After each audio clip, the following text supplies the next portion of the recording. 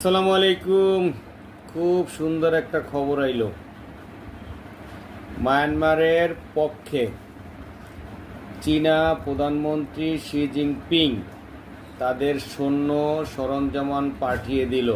কারণ একটাই, আরাকান রাজ্য আমেরিকার দখলে নেওয়ার চেষ্টাকে কেন্দ্র করে চীন আর মায়ানমার যৌথ একত্রিতভাবে তারা যুদ্ধ করবে, যাতে রাখাইন রাজ্য অন্য কোনো তৃতীয় শক্তির হাতে না যায়। যেমন যুক্তরাষ্ট্র তো দিন দিন এইটাই চাইছিল যে ছোট্ট একটা রাষ্ট্র গঠন করবে, সেখানে তারা নিজের আধিপত্য বিস্তার করবে।